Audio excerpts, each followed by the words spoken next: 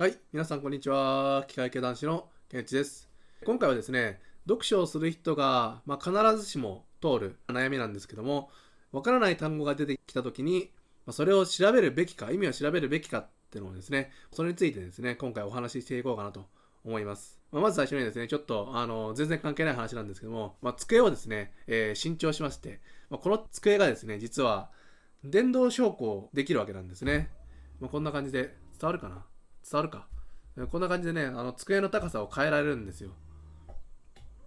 そう。これがね、どうしてもやっぱ欲しくて、この前のですね、ボーナス入って、Amazon プライムセールの時にですね、これを買いました。僕の前のですね、黒いデスクも良かったんですけども、なんでですね、この自動昇降できるデスクが欲しかったかっていうとですね、これやっぱ高さを変えられるっていうのがすごい僕はね、欲しくてですね、僕ね、人よりもちょっと座高が高いんですね。やっぱ座高が高いと、相対的に机の高さが低くなりますから、ちょっと前かがみにならないと、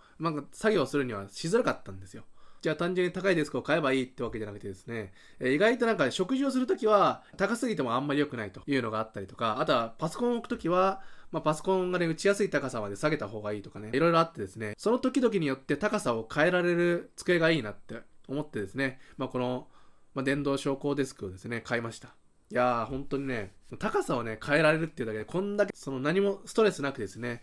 作業できたりとか、ご飯食べたりとかできるんだっていうのでね、すごい大満足です。はい。そんな関係ない話は置いといてですね、今回の本題に入っていきます。読書をしているときに、知らない単語に出会った。その時に、やっぱいちいち、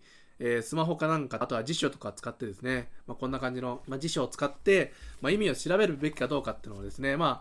一回はね、ちょっと考えたことはあると思います。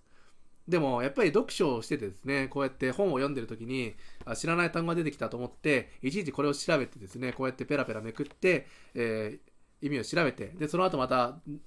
続きから読んでいくっていうことをやっていくと、やっぱりね、なかなか読書が進まないと。だけども、やっぱり、知らない単語が出てきたから、その語彙力を身につける。よくね、読書すると、語彙力身につきますよって言われるんで、語彙力を身につけるためにも、しっかり調べなきゃいけないのかなっていう風な、そういうね、ジレンマがあると思います。ここについてですね、僕の考えをね、お話ししていこうかなと思います。かくいう僕もですね、やっぱり、一時期は部屋にいる時限定ですけども、この辞書をですね、常に机の上に置いといて、知らない単語が出てきたら調べるってことをやってました。そういうこともやってましたけども、正直ですね、知らない単語が出てきた時に、意味を調べるべきかどうかっていうことに対しての答えとしては、僕はですね、調べる必要はないと今は思ってますね。それがなぜかっていう話なんですけども、第一はですね、やっぱりね、読んでて一回中断されるわけなんで、純粋にその物語の中のスピード感で楽しめないっていうのが、これがやっぱり、すごい大きいデメリットですよね。小説っていう楽しむべきもので、語彙力身につけなきゃっていう風な、そういうなんか、謎の圧力が加わって、物語にね、没頭できないっていうのがあります。でも知らない単語で読み飛ばしても意味が理解できないんじゃないかっていう、ね、そういう不安もあると思いますけども、それについてはね、別にそんなにね、気にする必要ないと、僕は思います。たかだかね、単語一つで、その物語の意味が全然異なってきちゃうような物語って多分ないと思います。結構ね、やっぱり文脈で補えることが多いんで、知らない単語がもう何個も何個も出てきたってなったら、確かにそれは、ちょっと難しい本なんでね、まだ読むのが早かったかなって思うか、本当に一個一個調べてってもいいですけども、知らない単語があってもですね、大体の意味をですね、自分で予測して、そのまんまのスピード感で読み進めてもらっていいのかなって思います。で、第2にですね、その調べなくてもいいよっていう考えの理由としてはですね、調べてもですね、どうせすぐ忘れるからです。はい。これね、僕の経験談なんですけども、例えば例を挙げるとしたらですね、欺瞞っていう言葉が結構ね、僕は最近思うのは、現代の本で欺瞞っていう言葉がすごい使われてるなって思うんですよ。例えばですね、この辻村瑞希さんの、傲慢と善良、この中でも、欺瞞とか自己欺瞞っていう言葉がいっぱい出てきた記憶があるんですよ。でそれ以外の本もいっぱい出てくるんですよ、現代の本って。欺瞞って言葉がね、なんか最近の現代小説ではよく使われてるなって思ってて、仮に僕が大学受験の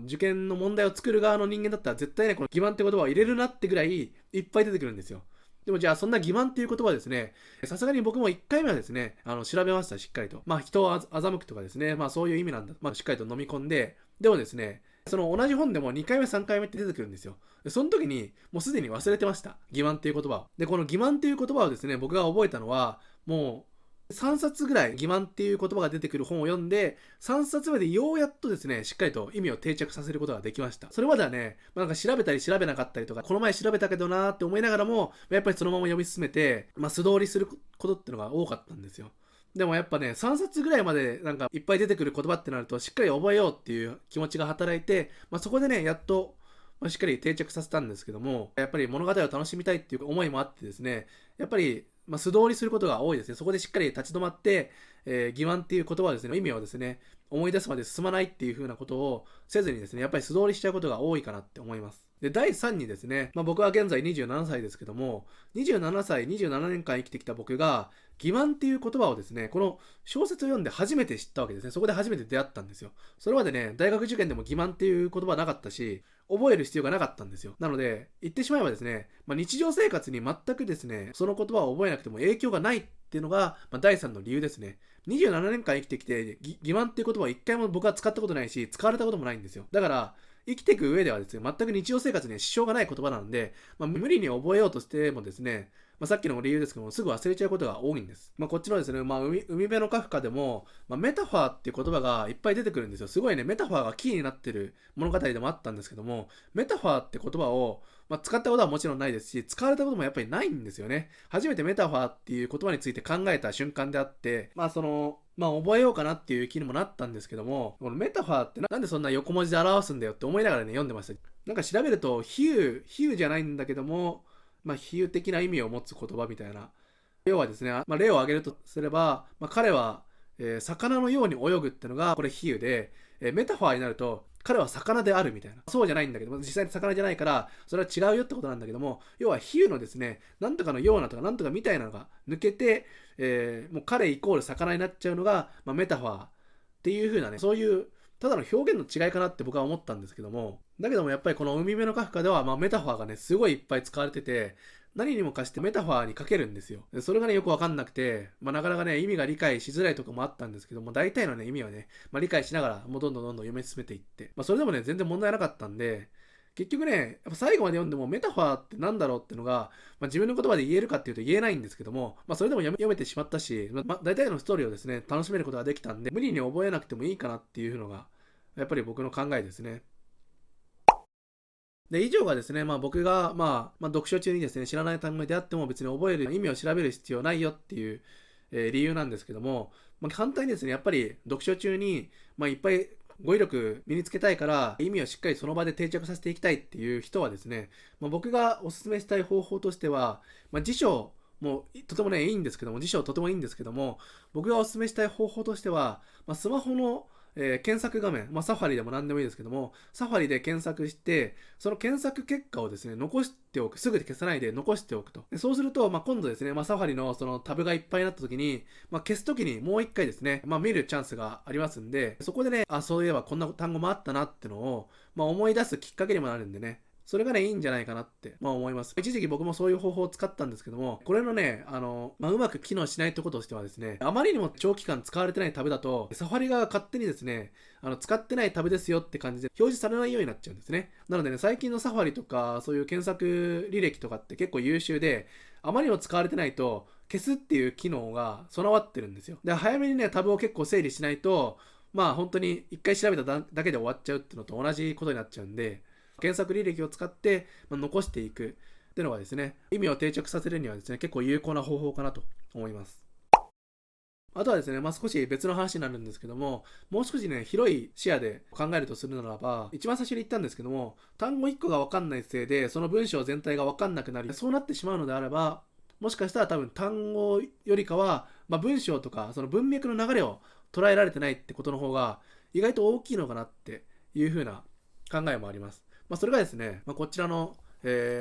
本を読む本でもですね、書かれているのが、人が文章が読めるようになるっていうプロセスのうちで、最初はですね、ひらがな1文字から習っていくわけですね。で、それが2つ連なることによって、単語になって、で、単語が助動詞とか助詞とかが連なって、一文を捉えられるようになると。で、その文がどんどん連なっていって、また、段落として文脈として捉えることができるっていう風になっていくんで、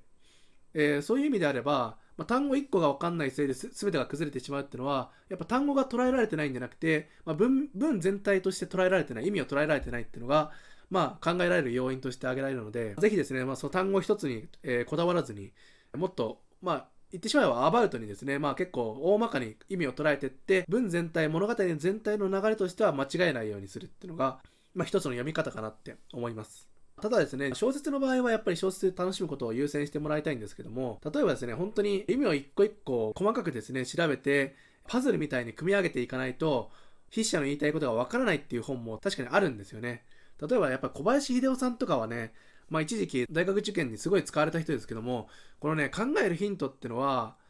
一節一節はですね、10ページ、20ページぐらいしかまたがってないんですけども、これはね、確かに単語の組み合わせっていうのかな、単語の組み合わせがね、なかなか難しいので、そこをしっかり本当にパズルみたいに単語の意味同士をつなげていかないと、一文で捉えようと思った時に全然やっぱりね、捉えづらいんですね。そういう本も確かに中にあるので、哲学系の本とかね、そういう話を読むときは、意外と単語っていうのが重要になってくる場合もあります。なので、その時その時でですね、読み方を変えていってもらえればいいのかなって思います。はい。ではですね、今回は読書中にですね、知らない単語に出会った時に、いちいち調べる必要があるのかどうかっていうことについて、自分の考えをですね、述べさせていただきました。基本的には調べる必要はなくて、そのままですね、物語を楽しんでもらえればいいかなというふうに思ってます。はい。それでですね、今回の動画はここまでになります。ご視聴いただきありがとうございました。また次回の動画でお会いしましょう。バイバイ。